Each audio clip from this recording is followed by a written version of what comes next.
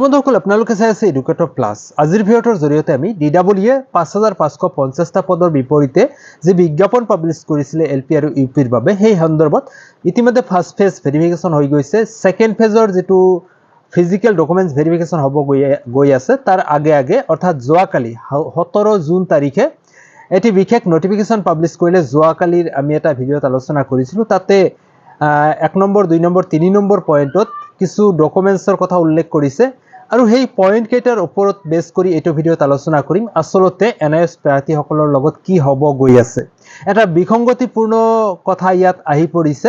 আসলতে বিসংগতিটো কি এই বিষয়ে এইটো ভিডিঅ'ত আলোচনা কৰিম। প্ৰথমৰ পৰা শেষলৈ ভিডিঅ'টো চাই যাব আৰু চেনেলটোত নতুনকৈ আহিলে নিশ্চয় সাবস্ক্ৰাইব কৰি দিব, কাষত থকা বেল আইকনটো অলপ থাকি দিব, কাৰণ শিক্ষামূলক চাকৰি সম্বন্ধীয় আৰু বিভিন্ন বাবদবিলাক এই চেনেলৰ জৰিয়তে আপোনালোকৰ মাজলৈ তুলি ধৰাৰ চেষ্টা কৰা হয়। তো আহক আজিৰ মূল বিষয়টোলৈ। তো বন্ধুসকল, ইতিমধ্যে আমি যোৱাকালি যেটো নোটিছ পাব্লিছ হৈছিলে সেই নোটিছত উল্লেখ কৰা পয়েন্টখিনি আপোনালোকৰ আগলৈ আগবঢ়াইছিলো, যিখিনিত আছিলে 1 নম্বৰ পয়েন্টত 6টা ডকুমেন্টস বিচাৰিছিলে, যি 6টা ডকুমেন্টস আছিলে আপোনাৰ ইন সাৰ্ভিস ওয়াৰ্ক প্ৰুফ হিচাপে। ইন সাৰ্ভিস আপুনি হয় নে নহয় 10th আগষ্ট 2017 ৰ আগত, তো সেইটোৰ প্ৰুফৰ বাবে 1 নম্বৰ পয়েন্টত 6টা বিষয়বস্তু দিয়া হৈছে, যেটো আপোনাৰ বিদ্যালয়ৰ ফালৰ পৰা দিব লাগিব। আৰু লগতে নাম্বাৰ 2 আৰু নাম্বাৰ 3 দুটা পয়েন্টত উল্লেখ কৰিছে। এটাত উল্লেখ কৰিছে আপোনাৰ এডমিশন ৰিসিপ্ট বা এডমিশন স্লিপ আপোনাৰ দিব লাগিব ডিএলএডৰ। আৰু বিশেষকৈ 3 নম্বৰ পয়েন্টত যি কথাটো উল্লেখ কৰিলে এটো এটা বিসংগতিপূৰ্ণ কথা বুলি আমি বিবেচনা কৰিছো বা আমাৰ ফালত দেখা পাইছো আমি, যে আসলতে এনএস প্ৰাৰ্থীসকলৰ লগত কি হ'ব গৈ আছে। 4 নম্বৰ পয়েন্টত যদি আপুনি দেখা পায় তেনেহলে তাত উল্লেখ কৰা হৈছে যে ডিএলএড সম্পূৰ্ণ কৰা সাৰ্টিফিকেট আৰু মাৰ্কশিট আপুনি সাবমিট কৰিব লাগিব। আপোনাৰ ব্ৰেকেটত দিয়া আছে কথাখিনি যে 1/4/2019 ৰ আগত ইস্যু হোৱা হ'ব লাগিব বা 19 ৰ আগত কমপ্লিট হোৱা হ'ব লাগিব।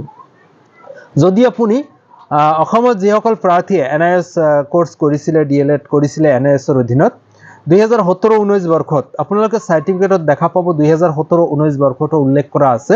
কিন্তু প্ৰতিটো সাৰ্টিফিকেট আৰু মাৰ্কশিট যদি ইস্যু ডেট আপুনি চাই তেনেহলে পাব 22/5/2019।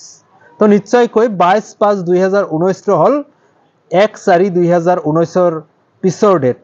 যেহেতু নোটিফিকেশন উল্লেখ কৰিছে 1/4/2019 হ'ব লাগিব, মানে 1 এপ্ৰিলৰ আগত হ'ব লাগিব, কিন্তু এনএস প্ৰাৰ্থীসকলৰ যেটো ডকুমেন্টস দিয়া আছে মাৰ্কশিট আৰু সাৰ্টিফিকেট তাতে কিন্তু 22 মে 2019 দিয়া আছে। তো বন্ধুসকল, নিশ্চয়কৈ এটা বিসংগতিপূৰ্ণ বুলি আমি ভাবিছো, কাৰণ গোটেই অসমত ইয়াৰ আগত ইস্যু হোৱা কোনো সাৰ্টিফিকেট নাই। এনএস প্ৰাৰ্থীসকলে যে ডিএলএড কৰিছে ইয়াৰ আগৰ কোনো বেছ নাই।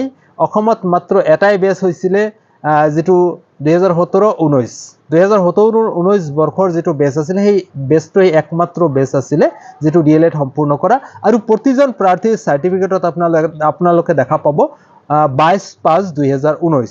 তো নিশ্চয়কৈ এটা বিশেষ অসুবিধা যেন পাই আছো আমি।